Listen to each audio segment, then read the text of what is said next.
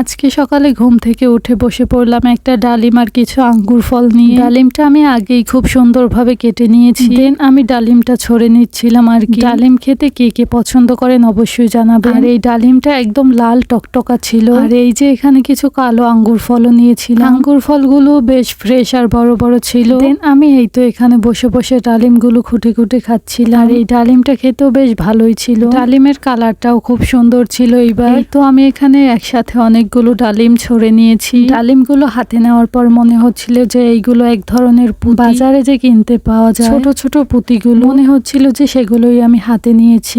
গতকাল বাজার থেকে বড় একটা কাঁঠাল এনেছিলাম, সেটাই এখানে আমি ভেঙে নিচ্ছিলাম। কাঁঠালটা বেশ বড় ছিল আর কাঁঠালের ভেতরের এই কোয়াগুলো বেশ বড় বড় ছিল। কাঁঠালের উপরে কেমন যেন একটু কালো কালো দাগ ছিল, তাই আমি সম্পূর্ণ কাঁঠালটাই আজকে উঠিয়ে নিব। উঠিয়ে আমি একটা বলের ভেতরে রাখছিলাম কাঁঠালগুলো। কাঁঠালের এই কোয়াগুলো দেখেন অনেকটাই বড় বড় ছিল। আমি তো খুব সুন্দরভাবে আগে কাঁঠালের উপরের ছিলাটা উঠিয়ে নিয়েছি।